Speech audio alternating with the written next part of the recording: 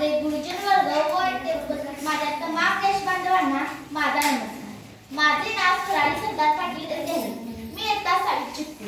मी आज तुम्हाला सूर्यास्ता दिनाचे काही 2 शब्द सांगणार आहे. ते तुम्ही शांतपणे ऐकून घ्यावे अशी माझी विनंती. आज 26 जानेवारी भारताचा प्रजासत्ताक दिन. 15 ऑगस्ट 1947 रोजी आपली भारत माता पारतंत्र्याच्या बेड्यातून सगळ्यातून मुक्त झाली आणि आपण स्वतंत्र झालो. या स्वतंत्र भारताच्या पूर्वी आपल्याला एक राज्यघटना, एक संविधान लिहिण्याची आवश्यकता होती.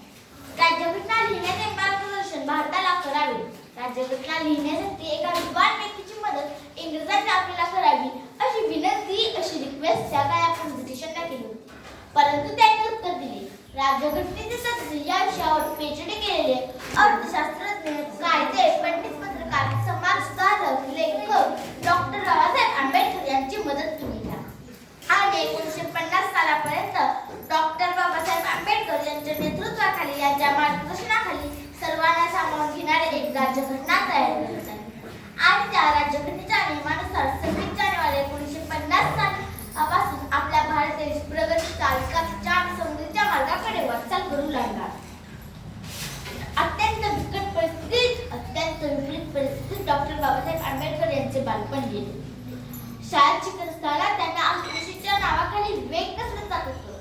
तहान लागली तर कोण लागूनच त्यांच्या ओंजळीमध्ये पाणी ओतत असत. या भेदभावाबद्दल त्यांच्या मनात प्रचंड राग होता, प्रचंड चीड होती. आणि आपल्या बांधवांना या गुलामगिरीतून, या लाचारीतून मुक्त करण्याचा, संकल्प मुक्त करण्याचा दृढ निश्चय त्यांनी केला. आणि उत्कृष्ट शिक्षणासाठी ते लंडनलाही गेले. लंडनमध्ये लायब्ररी सकाळी 8ला उघडायची, परंतु ते तिथे 8च्या आधीच उपस्थित असायचे. 8च्या आधीच उपस्थित व पैशाचा अभाव असताना, अनेक अडचणी असताना, परिस्थिती विपरीत असताना आणि त्यात कोणाची साथ नसताना हे करणं सोपं नव्हतं.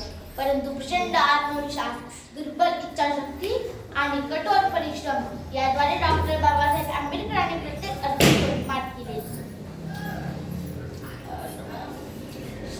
जेवणासाठी त्यांच्याकडे जेवण असायचे, परंतु वेळेचा आणि पैशाचा अभाव असल्यामुळे ते एकच टाइम जेवायचे.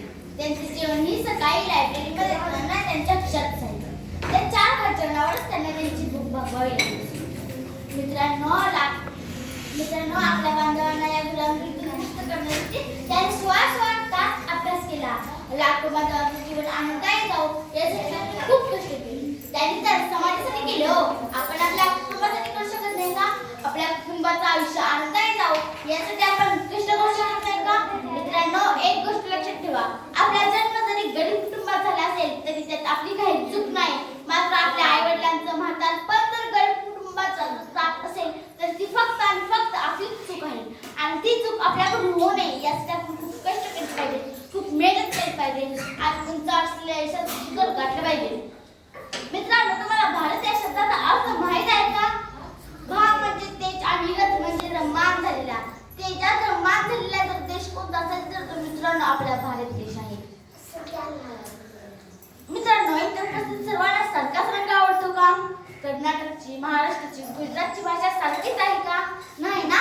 तरी आपण सर्व भारतीय आहोत. शेवटी सांगण्याचा मुद्दा असा की रंग, रूप, वेश, भाषा जरी अनेक आहे, रंग, रूप, वेश, भाषा जरी अनेक आहे, तरी सारे भारतीय एक आहे. तरी सारे भारतीय एक आहेत. एवढं बोलून मी माझे 2 शब्द संपवतो. जय हिंद, जय भारत.